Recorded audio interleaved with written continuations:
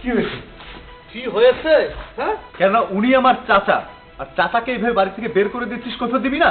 তুই ভুলে যেতে পারিস যে উনি তোকে জন্ম দিয়েছে, পৃথিবীর আলো দেখিয়েছে, ছোট থেকে খাওয়াই দাওয়াই মানুষকে এত বড় করেছে, আর এখন এই একটা বিয়ে করে তোর বাবাকে শেষ পর্যন্ত বাড়ি থেকে ঘাট ধাক্কা দিয়ে বের করে দিচ্ছিস। কেন, আপনি কে? আপনাকে কৈফিয়ত দিতে হবে? আমি হচ্ছি ওনার ভাইয়ের ছেলে, ভাতিজা, আর সম্পর্কে তোমার ভাসুর হই।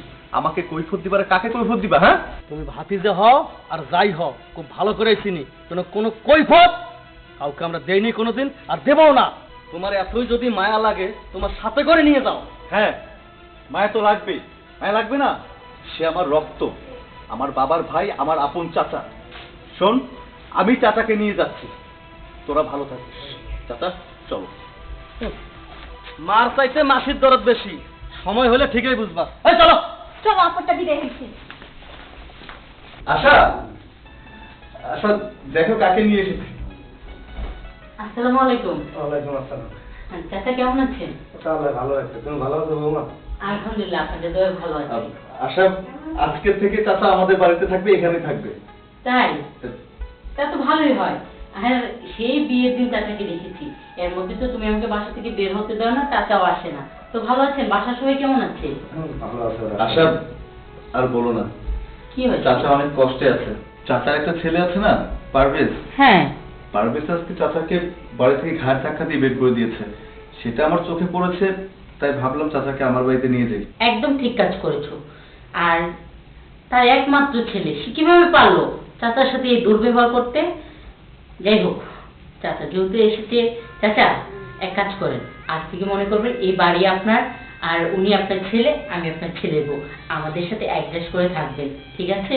বলেছিলাম না যে তোমার বৌমা অনেক ভালো, তুমি যদি আমার বাড়িতে যাও দেখবা তোমার বৌমা নিজের বাবার মতো তোমাকে খেয়াল রাখবে, বাবার মতো তোমাকে ভালোবাসবে। এই শোনো, এত বক বক করতে হবে না। চাচা আসছে, যাও বাজারে যাও, বড় দেখে একটা ইলিশ মাছ নিয়ে আসবা, গরুর মাংস, খাসির মাংস, আর শোনো পোল্ট্রি মুরগি একদমই আনবা না, লাল মুরগিটা আছে না, ওইটা নিয়ে আসবা, কক মুরগি। আমি ঝাল ঝাল করে রান্না করে চাচাকে নিয়ে আমরা একসাথে বসে খাবো, ঠিক আছে? আচ্ছা ঠিক আছে, তুমি যা যা বলেছো সব নিয়ে আসছি, আনবার পর সুন্দর করে রান্না করে আমরা তিনজন একসঙ্গে খাবো, কেমন? ঠিক আছে, যাও। তাতে আসি। হ্যাঁ, চাচা বসেন, আপনি এখানে বসেন, আমি আপনার জন্য গরম গরম চা নিয়ে আসতেছি। চা খাবেন না কফি খাবেন? আচ্ছা ঠিক আছে, চাই নিয়ে আসো। আচ্ছা ঠিক আছে। চাচা রং চা না দুধ চা? একটা হলেই হয়। আচ্ছা ঠিক আছে, আমি বানিয়ে নিয়ে আসতেছি।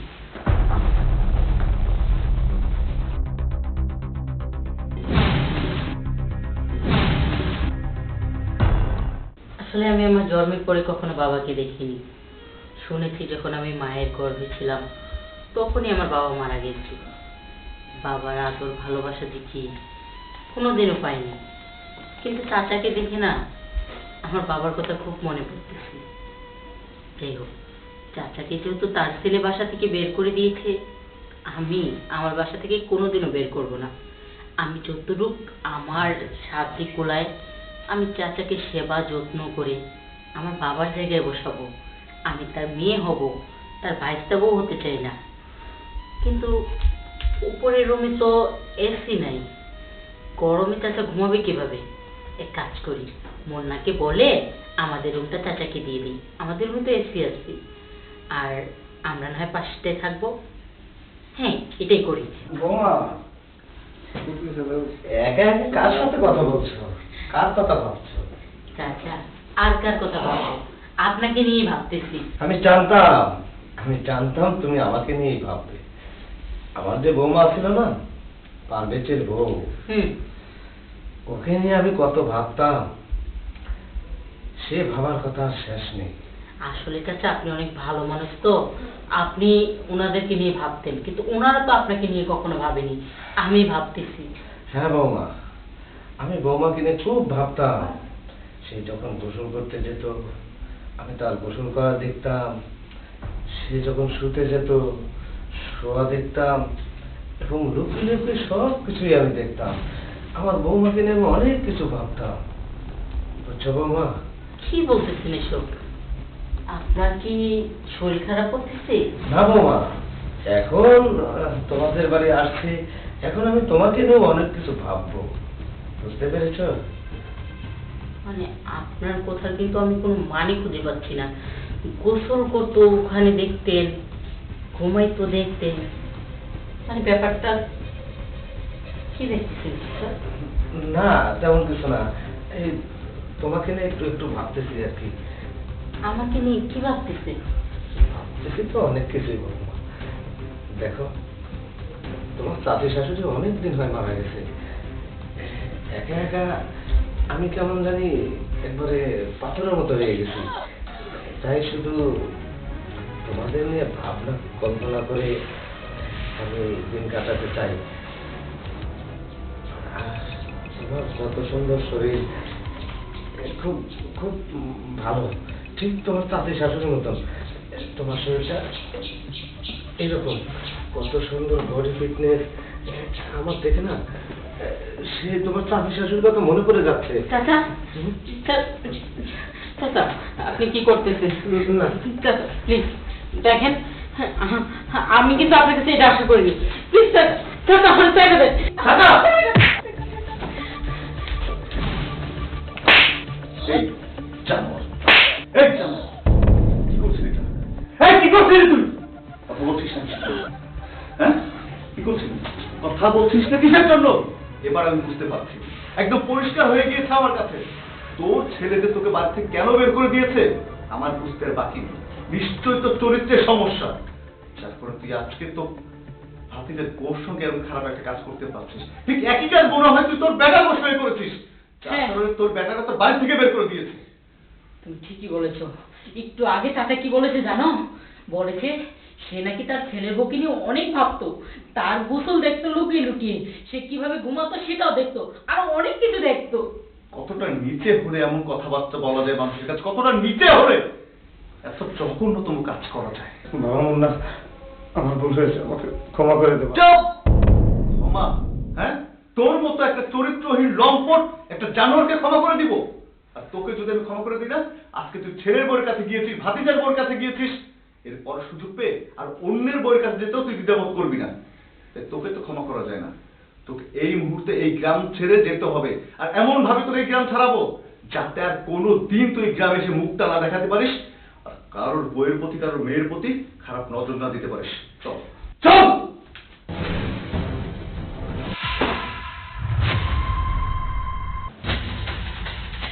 আজকে যদি ঠিক মতো আমার স্বামী এখানে না আসতো তাহলে নিশ্চয়ই আমার সাথে একটা দুর্ঘটনা ঘটে যেত।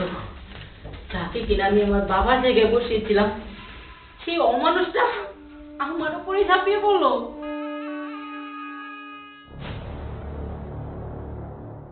আমি জায়গা আর দাঁড়াও তো, কেন যাবা? দেখো, আমার আর ভালো লাগছে না। তুমি যখন আশার সাথে রোমান্সে যাও, আশাকে কিস করো, তখন আমার মাথা গরম হয়ে যায়, আমার কিচ্ছু ভালো লাগে না। তখন মন চায় তোমাকে একটুবার আমি কাছে দিতাম। আপা শোনো, তোমাকে একটা কথা বলি। বলো। 10টা না 5টা না শ্বশুর বাড়ির আত্মীয় একটা জেরাস আমার বাড়িতে আসে। এই জন্য আমি বাজারে গিয়া বাজার সবচেয়ে বড় মাছটা এটা কোনো নিয়ে আসি। তাই বলে কি বলতে চাই এখনই রান্না করতে হবে? আহা, এখনই বলিনি, কিন্তু এমন ভাবে রান্না করবা সে খাবার পরে যেন মনে করে যে না হ্যাঁ ছোট বোন বাড়ি গেছি, আমার ইচ্ছে মতো খাওয়া যাবে। শোনো, যেহেতু আমার বড় বোন, আমি যদি তাকে লবণ ভাত খাওয়াই না, কোথাও গিয়ে বলবে না যে আমার বোনের বাড়িতে লবণ ভাত খেয়েছি। তোমার কথা ঠিক, হয়তো বলবে না, কিন্তু আমি তার ছোট বোন জামাই, আমার তো একটা কর্তব্য আছে। আচ্ছা ঠিক আছে, আমি বুঝতে পারছি। এখন দুপুর টাইম, এখন এই বড় মাছটা রান্না করে দিতে হবে, তারপর আমার বোনকে খাওয়াতে হবে, এই তো বায়না করবা। তুমি তো শুধু মাছের কথাই বললা, ওই জব্বার কষাই ওর কাছ থেকে যে আমি শিঙের মাংসগুলো নিয়ে আসি, একটু কাবাব বানাবা। শোনো, একদিনে কি সব খাওয়াবা? আপু তো 2-3 দিন থাকবে, তুমি যদি একদিনে সব খাওয়া, তোমার তো আবার বাজারে যেতে হবে। আচ্ছা ঠিক আছে, তোমার যেভাবে ভালো লাগে ওইভাবে খাওয়াবা, সে যেন বোঝে যে না হ্যাঁ ছোট বান্ধবাইয়া যেমন ভালো, আমার ছোট বোনটা ওই রকম, দুইজনে মিললে সেই মিললে গেছে। আচ্ছা সমস্যা নেই, কিন্তু শোনো না, কি বলি বলো। বোন বাসায় আসতে আজকে কতদিন হয়ে যায়, মানে তুমি তো খালি বলো তোমার বোন আসতে পাশে রুমে আছে, তোমার কি কিছু ইচ্ছে করে না? ইচ্ছে করে না মানে অনেক ইচ্ছে করে, কিন্তু কি করব, যদি শালি হতো যেগুলো বুঝ দিয়ে এদিকে পাঠাইছেন। আর আমার বোন তো সবকিছুই বুঝে, সেও তো বিয়ে করছে তাই না? আর তুমি তো জানো আজকে প্রায় 3 দিন পার হয়ে 4 দিনই পড়ে গেছে। তাহলে গোসল যেহেতু করবো, দুপুর হয়ে গেছে, চলো না রুমে যাই। না এখন না, একটা কাম করি, খাওয়া দাওয়ার পর আপা যখন ঘুমাবে হ্যাঁ তখন তুমি চুপ করে আমার রুমে আসবা। আচ্ছা ঠিক আছে, কোনো সমস্যা নেই। চুপ করে আসবো কেন? আমি তো তোমার ঘরের বউ।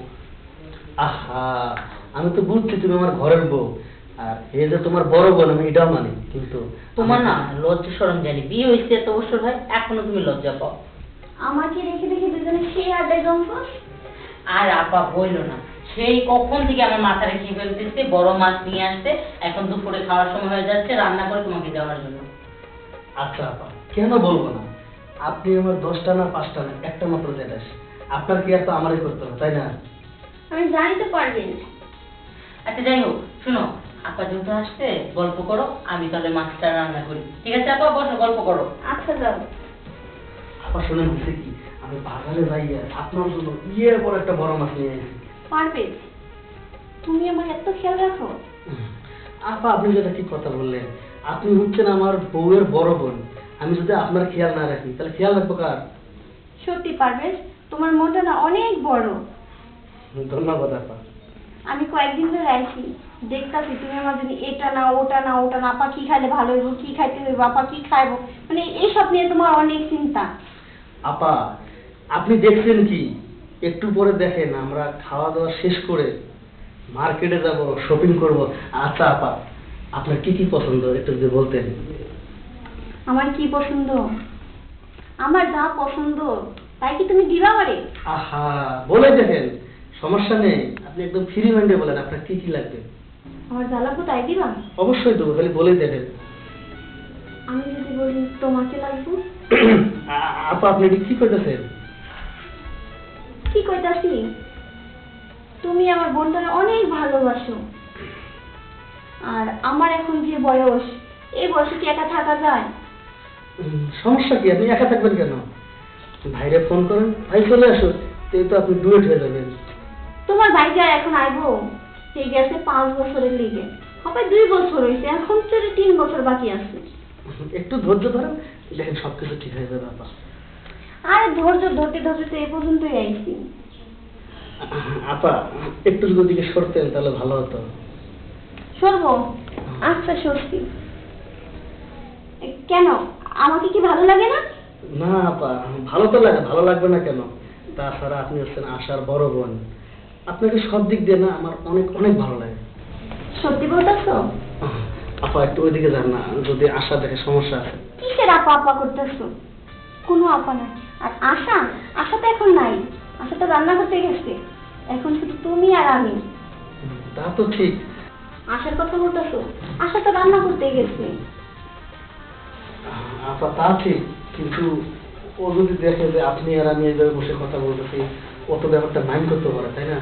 দেখ শোনো পারবে, তোমার ভাই 2 বছর ধরে বিদেশে গেছে, আর এই 2 বছর আমি একা একা ছটফট করতে করতে অস্থির হয়ে যাচ্ছি, আর পাচ্ছি না।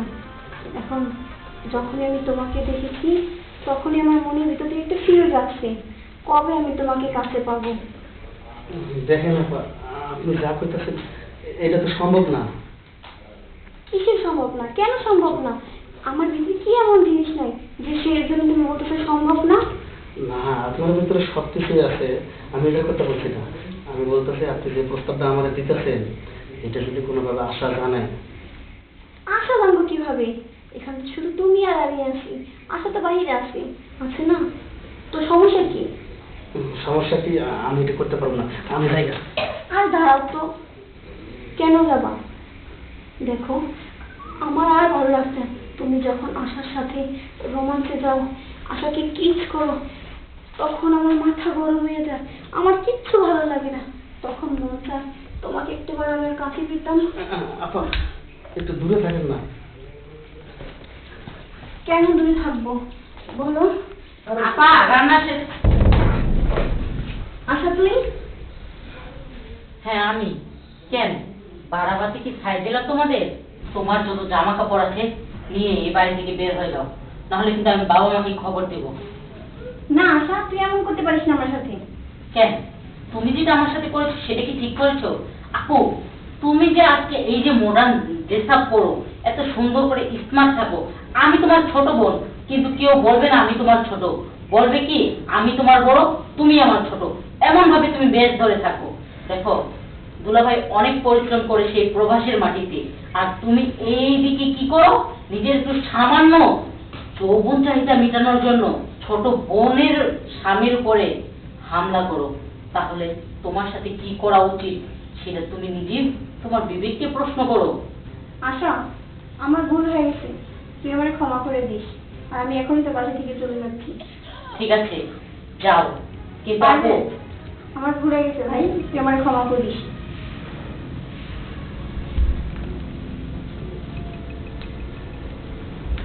দেখো